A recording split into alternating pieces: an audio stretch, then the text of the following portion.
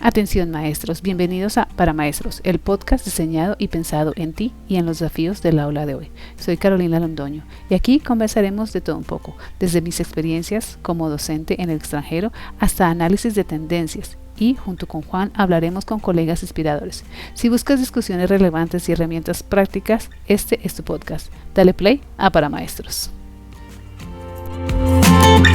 Bienvenidos maestros a su podcast para maestros, donde exploramos los desafíos, triunfos de la educación. Soy Carolina Londoño y aquí está Juan conmigo.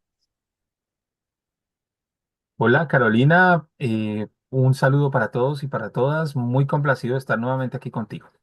Gracias, muchas gracias. Hoy hablamos de un tema interesante que afecta a todos los maestros, la historia. La historia, cómo navegar Así ese es. panorama. Es súper interesante. Este tema me parece fascinante.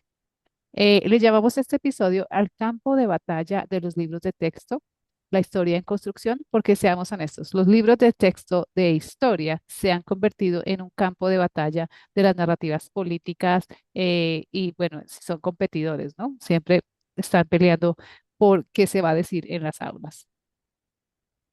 Así es, Carolina, y además que eh, es un tema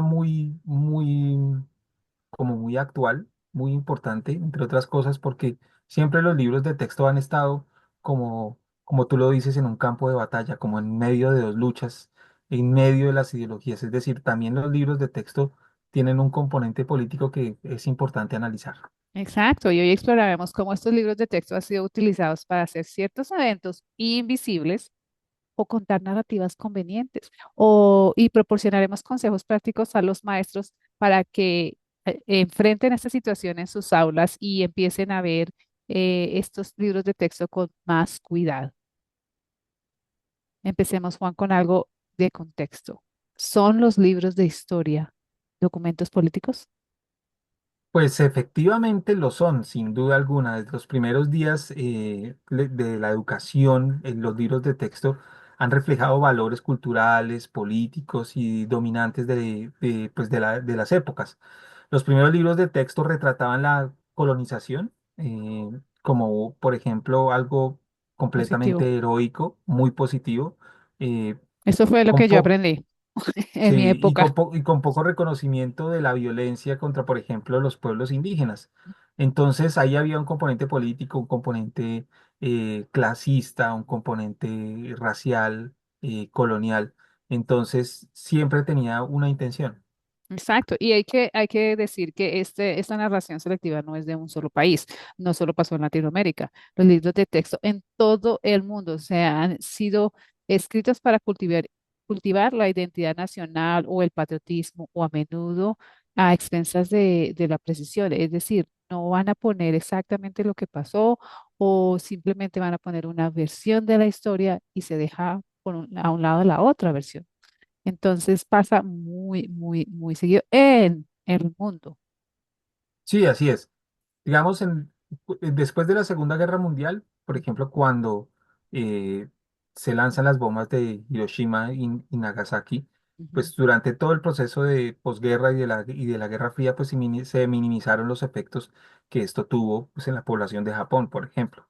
Sí, en Estados Unidos, pues siempre, por ejemplo, han habido eh, unas formas de construir los textos y las narrativas eh, de una manera heroica. Y por supuesto esto deja de lado otras narrativas pues, de los pueblos que han sufrido atrocidades, que han sufrido dificultades en los derechos humanos. Entonces esto también tiene que ver precisamente con esa intencionalidad política que tienen, por ejemplo, en este caso los imperios, como ocurrió con Estados Unidos. Sí, yo estuve en Hiroshima y de verdad que el ver ese monumento es aterrador. O sea, uno no, desde lejos que conoce la historia más o menos, y cuando llegas allá y ves las historias reales, ves a las personas, ves los memoriales que tienen para Ujú. recordar esto y saber que sí lo ponen y lo recuerdan cada año y que siguen recordándolo y recordándolo para que no vuelva a pasar, es bastante conmovedor, diría yo. Y me parece que es importante que no nos olvidemos de estos eventos tan trágicos que la humanidad nos ha dado. Claro, y esto nos lleva también como a ver la verdad histórica y a ser críticos también como maestros en cómo encontramos nuestros libros de texto y cómo nosotros mismos podemos reinterpretar, cómo podemos eh, comprender de una manera más amplia lo que nos está diciendo el texto y también comprender que ahí hay una intencionalidad política y una narrativa que busca también imponerse y parte de nuestro trabajo precisamente es ser críticos frente a eso que nos llega y que le vamos a transmitir a nuestros estudiantes. Exactamente. Por ejemplo, muchos eventos, cuando yo estuve en China, muchas cosas de las que no se hablaban y las versiones oficiales eran lo que se decía. No había muchas cosas que podían decir o preguntar porque estaba casi que vetado, ¿no? Y pasa en muchos lugares, pasa en muchos países, no solo pasa en el Oriente, pasa en el Occidente, pasa en Latinoamérica, donde hay Ujú. muchos momentos en los que simplemente se tratan de borrar de la historia. Y Sí. vale, y vale la pena señalar que estas no son preocupaciones académicas. Las narrativas que aprenden los estudiantes modelan su comprensión de lo que son ellos, de a quién pertenecen, a qué sociedad ellos pertenecen, qué valores deben defender. Esto no es no es, oh, no, sacaron esto de la historia. Hay que entender que tiene una repercusión muy importante en la manera como nuestros estudiantes aprenden y lo que aprenden. Claro que sí. Pero bueno, Carolina, hablemos específicamente cómo los libros de texto generan ciertos eventos invisibles. Busquemos algunos ejemplos o hablemos de algunos ejemplos y qué has notado dentro de tu experiencia. Ya nos Bueno. hablabas un poco de lo de China. Sí, en mi propia experiencia en educación yo aprendí virtualmente nada de historia. O por ejemplo, algo que sí me parecía muy curioso es que las contribuciones de las mujeres están fuera. Yo no, en Sí. mi experiencia como niña, adolescente e inclusive como maestra, no veía las contribuciones de las mujeres en el mundo. Parecía que no existiera, parecía que la mujer no hubiera aportado absolutamente nada al desarrollo. Y eso me parecía tan raro, pero pues eso que tú no te lo preguntas hasta que alguien te dice, oye, pero mira, esta mujer hizo esto, esta otra hizo esto. Ahí, especialmente, digamos, en las épocas más difíciles donde las mujeres tuvieron un rol supremamente importante en las sociedades. Entonces, sí que me pareció curioso que fueran sacadas muchas mujeres de la historia, que no se Ujú. contaran sus historias, que no se dijeran nada o que se las brujerizaran, que se las pusiera como brujas o algún aspecto negativo de ellas por ser quienes eran y por alzar su voz. Sí, digamos, esta negación, esta violencia estructural de género, pues por supuesto también ha estado en la historia. Creo que hemos hecho avances en el mundo y en América Latina como tratar de visibilizar el papel que juegan las mujeres o que jugaron las mujeres en la historia, pero todavía nos falta mucho. Por ejemplo, en Colombia, cuando se cumplió el bicentenario de nuestra independencia, hubo un esfuerzo de un grupo de mujeres historiadoras por poner la historia, por poner el protagonismo de las mujeres en el proceso de independencia y todas sus contribuciones. Ujú. Sin embargo, a pesar de que, por ejemplo, hay guías, hay materiales, hay videos, hay actividades, talleres de clase, veo que no es muy común que todavía se utilice. Y entonces todavía hay que hacer un esfuerzo muy importante. Y frente a lo que tú señalas, yo he visto patrones similares en las historias de los pueblos indígenas, especialmente en América Latina. Muchos textos aún presentan a las sociedades precolombinas como primitivas, como ignorantes, ¿sí? Y Incivilizadas. incivilizadas, ignorando, digamos, todo el proceso de civilización y de construcción de una sociedad muy compleja, organizada y distinta pues al patrón y a las características del blanco europeo que llegó a América. Entonces son unas narrativas eurocéntricas, blancas, masculinas, que todavía están Dominaron. presentes ahí a pesar de que tenemos posturas críticas, a pesar de que hemos notado que efectivamente tenemos unas narrativas coloniales o colonialistas, eh, todavía está muy presente en el subtexto. Y creo que Sí, pues es algo que nosotros tenemos que todavía eh, luchar y cambiar para que sí. nuestros estudiantes tengan digamos, una apropiación un poco más amplia de lo que significó en este caso el proceso de colonización. eso es triste y aparte que lo que yo noté, por ejemplo, con mis sobrinos o mis hermanos Ujú. menores, que ellos tenían un poco más de arraigo que el mismo que yo tenía, porque a mí la versión de historia que me dieron de mi país era horrible. Sí, Colombia tiene claro. una versión de historia durísima, una situación durísima, pero lo que nos enseñaban y siempre lo que nos decían es que éramos menos. Ujú. Como la parte histórica era, "Ah, es que, o sea, no, ustedes no". Entonces uno salió, yo salí del país, entiéndame, sí de chiquita, no, yo era así, o sea, yo vengo de Colombia, qué pena, pero Sí, sí, sí. al interactuar con otras personas, al estar en diferentes culturas, al hablar con otras personas del mundo, me doy cuenta que no, esto no es así. Tengo demasiadas cosas por las cuales sentirme orgullosa de mi país, de la cultura que hemos creado, a pesar de las situaciones que se nos han presentado, a pesar de la guerra. Somos una cultura muy interesante. En sí, toda Latinoamérica tenemos una mezcla muy bonita de la cual podemos sentirnos orgullosos y que eso no se cuenta en la historia. Ujú. Mis sobrinos tienen otras versiones mucho más inclusivas, mucho más, ellos tienen mucho más arraigo que el que yo tenía en el momento de salir del país. Entonces me pareció muy bonito. Y otra cosa que pasa en los libros de historia es cómo se borran los episodios vergonzosos, ¿no? Cómo a menudo se minimiza la violencia estatal o las dictaduras en América Sí. Latina o la esclavitud, las consecuencias de la segregación en los Estados Unidos, la explotación en la colonia sur, en nuestra parte, cómo nos explotan o explotaron nuestros recursos, todavía se explotan. O sea, hay muchas cosas que se minimizan, se mencionan ahí, pero no se, no se habla mucho de estos temas en los libros de historia.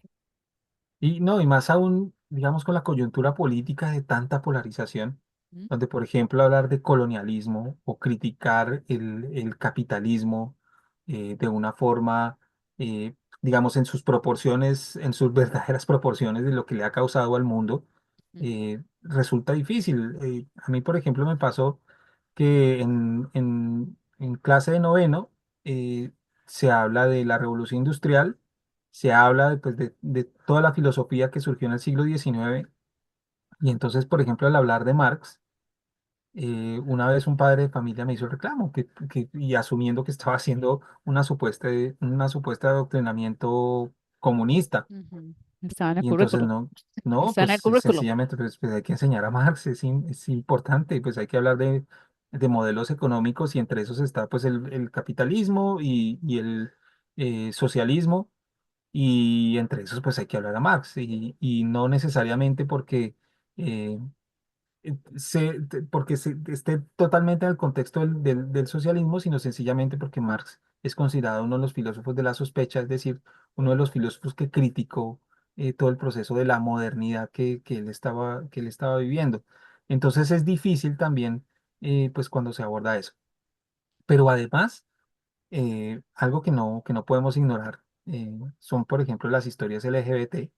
Es Mm. decir, si hablar de las mujeres en todo su contexto y contribución a la historia es complicado, pues imagínate cuando hablamos de orientaciones sexuales e identidades de género. Eso parece que es No existía, incluso completamente vedado en la escuela. no existía. Entonces, En los libros de texto no existe, o sea, realmente no se menciona. exacto, digamos, todo lo que tiene que ver con historia LGBT o historia de la diversidad sexual, la identidad de género, la historia queer, están completamente borradas y si aparecen, es decir, si uno tiene la intención de llevarlas a la escuela, también es complicado porque pues los padres de familia ponen muchísima resistencia a las directivas, la escuela en general pone resistencia, los estudiantes no. Eso sí es Es que clarísimo de que los están estudiantes aprendiendo. son completamente abiertos a entender ese tipo de cosas y participan de hecho. Ujú. Pero entonces ahí también hay una narrativa que invisibiliza la diversidad. Claro, y lo que es particularmente desafiante de estas omisiones no siempre es que no siempre son obvias para los estudiantes o incluso para nosotros los maestros, no los notamos. Y a mí, yo puedo decirlo por experiencia propia, yo no veía, o sea, no veía una mujer en la historia y yo decía, eso es normal.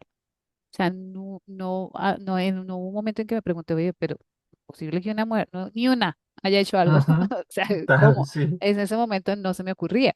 Entonces, claro, no son, son omisiones que no son obvias y por eso hay que ponerlas afuera, hay que hablar del tema para que se vuelvan más obvias y que personas como yo en el momento de que estaba, decir, oye, pues sí, esta persona tiene, hacer esas preguntas, esta persona tiene razón, ¿verdad? No hay mujeres o no hay personas LGTB+, o la comunidad no se menciona. ¿Por qué? Ujú. Entonces es importante que entendamos que esas omisiones muchas veces no son obvias. Sí, claro, tienen una intención precisamente de invisibilizar. Ujú, Por eso es importante hacer esa reflexión, hacer una alfabetización ujú, y una crítica. Y los maestros también necesitamos ayudar a que los estudiantes entiendan que los libros de texto, como cualquier texto, tienen sus sesgos y tienen sus limitaciones. ujú. Y que ninguna fuente ninguna fuente histórica tiene toda la verdad, sino que Exactamente. sencillamente hay que construirla como si estuviéramos en un proceso de detectivesco de construcción de la realidad. Hay que tomar varias fuentes y Y eso de hará la esta manera clase, perdón, tomar la posición. eso hará la clase de historia mucho más divertida. Así es. Entonces vamos a hablar a los maestros, ¿cómo navegamos estas historias? ¿Cómo navegamos estas situaciones? ¿Qué podemos hacer para que nuestra clase de historia sea más honesta o sea mucho más honesta? E incluya la diversidad, incluya otros puntos de vista, que sea más comprensiva y cómo hacemos que los estudiantes se vuelvan también políticamente más comprometidos, porque es importante estar comprometidos. ¿Qué podemos hacer? ¿Cuál sería uno de los primeros pasos? Bueno, yo creo que el primer paso es reconocer que lo que hablábamos hace un momento, de que reconocer que existen sesgos, de que los libros de texto y las narrativas pueden ser problemáticas, que pueden tener reinterpretaciones, dependiendo del momento político. Recuerdo rápidamente algo que ocurrió aquí en Colombia y es que nosotros tenemos una institución en Colombia que se llama el Centro Nacional de Memoria, y pues es precisamente dedicado a las víctimas de nuestro conflicto armado. Entonces, en un gobierno de derecha, eh, el director de este programa pues quiso borrar todo el tema de las víctimas, de que pues esto era pues una cuestión marginal, de que el Estado no había tenido ninguna responsabilidad, en fin, Mm, y borrar pues toda una gran cantidad de investigación académica, historiográfica, que llevaba más de 50 años analizando el conflicto. Entonces, por ejemplo, ahí tendría uno o algunos elementos para llevar a clase y decir, ok, ¿quién me está diciendo desde qué lugar ideológico o político me está hablando esta persona? ujú, Y desde qué lugar político ideológico me está llegando este texto. Entonces creo que eso es lo primero, reconocer abiertamente eso.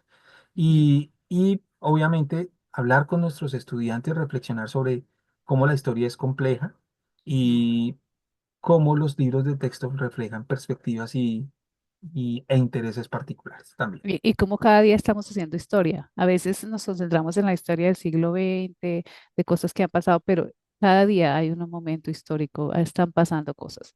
Y otra cosa que necesitamos complementar lo que debemos hacer es complementar los textos, las fuentes primarias que ofrezcan diferentes perspectivas. Por ejemplo, buscar cartas, diarios, artículos periodísticos, fotografías de historia o historias orales que puedan ayudar a llenar esos vacíos silenciosos en esas narrativas de texto. Tener una clase donde le digamos al estudiante, esta es la historia, búsqueme los vacíos. O sea, eso sería, Ujú, yo sería muy feliz ya buscando. Falta la versión de la víctima o falta la versión del victimario. O sea, ahí ujú. se puede hacer una clase espectacular de historia buscando fuentes que complementen esas versiones que no están en esos libros. Sí, con respecto a lo que tú dices, a mí me encanta, por ejemplo, las historias orales. Ujú, En mis clases siempre motivo a mis estudiantes para que le pregunten a sus papás, para que le pregunten a sus abuelos, para que le pregunten a las mm, personas de la comunidad, eh, reconstruir las historias cotidianas, por ejemplo, el cómo era el territorio hace unos años cuando no estaba completamente urbanizado, qué frutas comían, qué jugaban, eh, eh, cómo eran las relaciones afectivas, cómo se cortejaban, ese tipo de cosas que ujú, tienen que ver mucho con con el estilo de vida, con la cotidianidad. Es una forma también, como tú lo decías, de construir historia, que no, ujú. de cómo nosotros nos reconocemos y nuestros familiares nos construimos como sujetos históricos. Por supuesto, pues hay que tener también otras fuentes como las bibliotecas públicas, las bibliotecas digitales. Mm, Por ejemplo, en Colombia tenemos una experiencia muy interesante con la Biblioteca Nacional. Nosotros tenemos dos bibliotecas muy importantes, al menos en Bogotá, en el centro del país, que es la Biblioteca Luis Ángel Arango y la Biblioteca Nacional. mm. La Biblioteca Nacional lleva realizando un proceso de digitalización de todos sus textos. Y tú encuentras allí textos de mil ochocientos Wow, cuarenta encuentras manuales de urbanidad, que es, por ejemplo, algo en lo que me ha interesado en los últimos años. Encuentras eh, lo que serían unos guiones para obras de teatro, escrito por Soledad Costa de Samper. Son wow. documentos primarios, pero fantásticos. Valiosísimos. Y están Vaya. ahí. Y pues Y al no servicio necesariamente, de, sí, todos los podemos acceder. y podemos acceder y aunque es muy rico, muy gratificante, ir a la biblioteca y ponerse los guantes y sentir el El olor, papel, el olor. Aunque bueno, no todo el mundo tiene acceso a eso, hay que pedir un permiso, pero hasta el simple hecho de que tú puedas acceder a un texto histórico, por ejemplo, la Urbanidad de Carreño, leí una de las primeras versiones. versiones del 1850 y algo, y, y tú lo ves ahí y es una fuente primaria y que ya está el acceso de todos, lo puedes descargar en PDF y pues, hacer esa investigación histórica es muchísimo más sencillo gracias a la tecnología. Otro enfoque que nos sirve para enseñar historia como investigación es poner a los estudiantes y ponernos a nosotros mismos a plantear preguntas. ¿Cómo? Por ejemplo, ¿qué perspectiva está faltando aquí? Ujú, ¿O quién podría haber experimentado otras situaciones en este mismo evento? ¿Qué podría haber pasado en este evento? ¿O quién está contando la historia? A mí me gusta mucho eso de quién está contando la historia, lo aplico mucho en las noticias como quién me está diciendo esto, sí. quién me está diciendo esto y poderlas contrastar, porque igual hay verdad en todo y mentira en todo, ¿no? Entonces, como que yo quiero mirar qué dices tú desde tu perspectiva y qué dices tú desde tu perspectiva y poder hacer un contraste y contrastar con datos y fuentes de diferentes versiones para poder hacer una, un análisis mucho más profundo sin comer entero todo lo que me dicen, ¿cierto? Muy importante, especialmente cuando hablamos de textos históricos. Poner a los estudiantes a tener libros de historia de los 900 y un libro de historia de ahora. ¿Qué ha cambiado? ¿Por qué lo modificaron? ¿Por qué los modifican? Ponerlos a comparar dos libros de historia, a ver qué es lo que está diciendo, qué están diciendo en esta parte y qué están diciendo en esta, qué cambió, cuál es la narrativa. Eso es muy importante y ayudaría mucho y haría las clases de historia menos aburridas. Eran aburridas. Sí, bueno, depende también de Del cómo profesor. enseñarlo y de las didácticas y del docente, claro, depende mucho. Creo que lo más importante es crear ambientes de aula donde valoremos múltiples perspectivas y esto no solo cuenta para la historia, sino en general para todas las clases y es que tenemos que tener ambientes de aula donde valoremos que existen diferentes formas de pensar Ujú. y, Y que está bien. al, y que está Normalizar. bien y que nos Normalizar la vamos a diferencia. escuchar y que no nos vamos a tomar personal las diferencias, ¿sí? Ujú, Sino que pues sencillamente aceptamos que hay diferencias y dialogamos dentro de esas diferencias. eh, no nos tomamos personal, reitero, que eso es muy común, el hecho de que se generen facciones y ese ujú, tipo de cosas como ocurre mucho en el mundo adulto. Entonces, esto puede ayudar a que las interpretaciones históricas pues sean muchísimo ujú. más enriquecidas. Y es importante tener la distinción crítica de que no estamos hablando de hechos alternativos. Ujú, Aquí lo que queremos es enriquecer el registro histórico, incluyendo las voces y las experiencias que nunca se han escuchado, que han sido marginalizadas. ujú. Eso es crucial para nuestro podcast, que se quede claro. Claro, exacto, y necesitamos ser transparentes con nuestras fuentes, de ayudar a los estudiantes a entender de dónde viene la información histórica y cómo evaluar su confiabilidad. Y definitivamente, pues, tener claro que, reitero, siempre hay una intencionalidad en los textos que se nos presentan y en las narrativas que se nos presentan. Exactamente. Es importante también entender que eh, los maestros también tenemos que ser un poco más críticos. En muchos casos, por desconocimiento, no tuvimos esa oportunidad de desarrollar ese pensamiento en cuanto a la parte histórica, poco más crítico, poco más, déjame reviso esto. Experiencias de aula, por ejemplo, tú me contabas alguna vez, creo que contaste en el podcast donde se estaba hablando en un texto histórico de como Ah, sí, una versión de que alguien en un libro o en algún documento puso que esta parte del Amazonas no nos pertenece. sí, Entonces, no, era más como, sí, está ubicado pues, la Amazonía está ubicada en Perú, Brasil, Colombia, en fin, pero que era del mundo. ya, Entonces a mí eso me parecía muy, pues claramente era intencional de que ese libro de texto era un libro de texto en inglés. Yo era en ese momento maestro bilingüe en un ujú, colegio bilingüe y trabajábamos textos de los Estados Unidos que venían de los Estados Unidos, se traían de allí. Y entonces en ese en específico decía, la Amazonía es del mundo, ¿sí? Digamos, como una forma es de todos, es patrimonio de la humanidad, pero no lo ponían en ese sentido como patrimonio de la humanidad, es decir, pues, como un patrimonio ambiental como puede ser el desierto del Sahara o puede ser Alaska, por ejemplo, sino que ahí había una clara intención de decir que en el momento en que se necesite, podemos tomar. eh, podemos tomarlo. Digamos, no era una intención así como de reconocer que es de todos, sino pues de alguien que puede intervenir ahí. Entonces, esa Sí. reflexión la hice, por ejemplo, en clase, me pareció muy Curioso. curiosa. Ujú. No, y es importante porque sí, cuando los colegios bilingües traen libros de otros países, están contando la historia de la versión de ese país. Sí, sí, sí, sí. O Hay sea, que adaptarla. o sea que no podemos solo decirles, esta es la versión y esta es la única y absoluta verdad.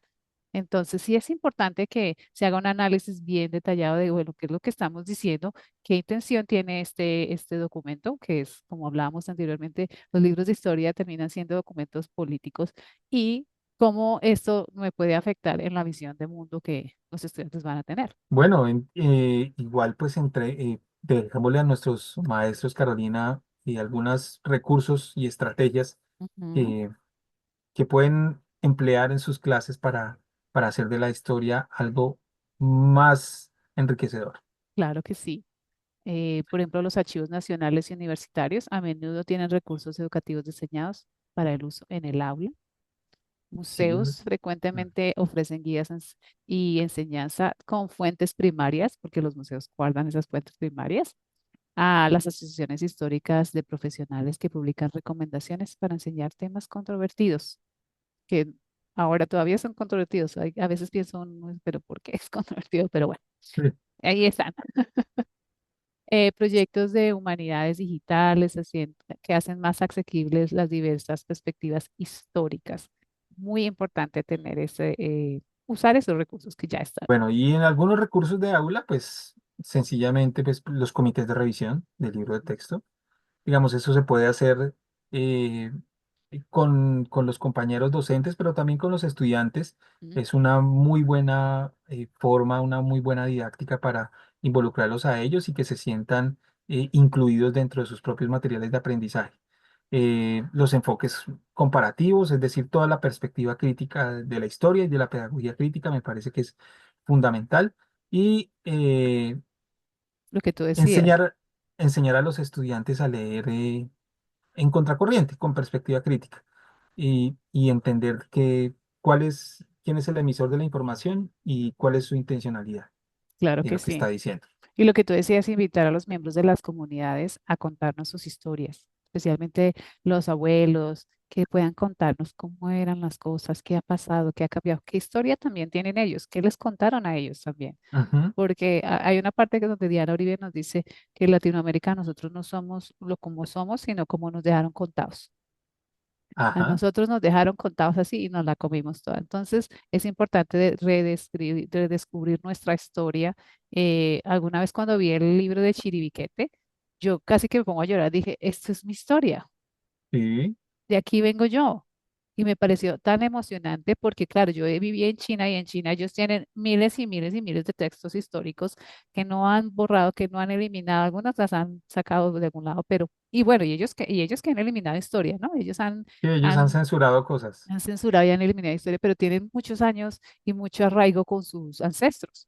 Nosotros Sí, no, con su historia milenaria. nosotros no. Entonces, cuando vi ese libro de Chiribiquete, viendo los pictogramas y dije, ¡ah! No somos tan nuevos, esto es antigüedad y de ahí venimos. Y eso me pareció maravilloso, se me sentí muy emocionada porque yo le decía a la persona que estaba ahí, esta es mi historia. Y ahí Ujú. encuentro como que, como esa conexión de que de aquí vengo yo, de aquí hay mucho, o sea, no solo son los últimos que 300 años, no, hay mucho más detrás de nosotros que no conocemos. Exacto. Por ejemplo, eh, cuando a mí me tocó dar clase en séptimo, que es historia muy eurocéntrica de todo el proceso de feudalismo, caída del Imperio Romano, es decir, es casi todo el año hablando de Europa. Y entonces en algún momento decidí, bueno, yo trabajaba en Cota, en Tenjo, que es una población cercana a Bogotá, y pues allí habitaron comunidades muiscas, y entonces pues decidí tomar la historia de ahí, pero específicamente de la población, de Tenjo, y encontré unas cosas espectaculares de procesos de agricultura únicas en el mundo, ahí en ese específico lugar. Y entonces pues decidí dejar un poco de lado esa historia eurocéntrica, colonialista, y centrarme en nuestras realidades. Y a pesar de que eran estudiantes que iban a estudiar allá, porque eran de Bogotá y pues iban a un campus campestre, allí empezaron a tener identidad con ese territorio y a decir, ok, nosotros somos de aquí también. Sí, vivimos en Bogotá, pero lo que hacían aquí eh, nuestros ancestros indígenas es importante y hay que retomarlo y hay que aprenderlo. Entonces Qué fue fascinante. bellísimo, bellísima esa historia, muy, muy bella. Bueno, profes, creo que lo último es recordar que la historia no solo es un espacio o no es una conversación sobre el pasado, sino es la manera como nos entendemos en el presente, cómo imaginamos nuestro futuro. Cuando enseñamos historia como una conversación donde múltiples voces contribuyen, estamos modelando el tipo de sociedad inclusiva que esperamos construir. Es importante reflexionar en que la historia no es solo una materia en la escuela, tiene mucha repercusión en nuestra vida. Listo, y así pues estamos enseñando a los estudiantes que a pensar de manera crítica, a evaluar las evidencias, a considerar el texto que nos llega a nuestras manos o que nos llega al celular o a la tablet y reconocer que la historia también está sujeta a interpretaciones. Completamente. En el próximo episodio vamos a hablar de cómo conectamos a los estudiantes a través y a pesar de las divisiones políticas, cómo construimos empatía y a pensar de manera más global en un momento donde tenemos tanta tensión geopolítica. Vamos a hablar mucho de la ciudadanía global.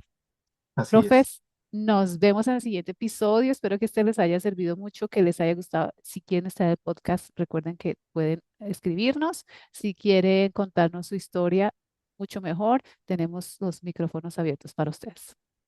así es. Chao, chao. Chao. Y así llegamos al final de este episodio de Para Maestros. Esperamos que las ideas, las experiencias y las conversaciones de hoy te sirvan de inspiración y te brinden herramientas para una increíble labor en tu aula. Queremos agradecerte por habernos acompañado. Recuerda que puedes encontrarnos en todas las plataformas de podcast y en YouTube. Y síguenos en nuestras redes sociales @paramaestros para no perderte ningún episodio y unirte a nuestra comunidad de docentes. Nos vemos en el próximo episodio de Para Maestros, donde seguiremos explorando juntos el fascinante mundo de la educación. Hasta la próxima, colegas.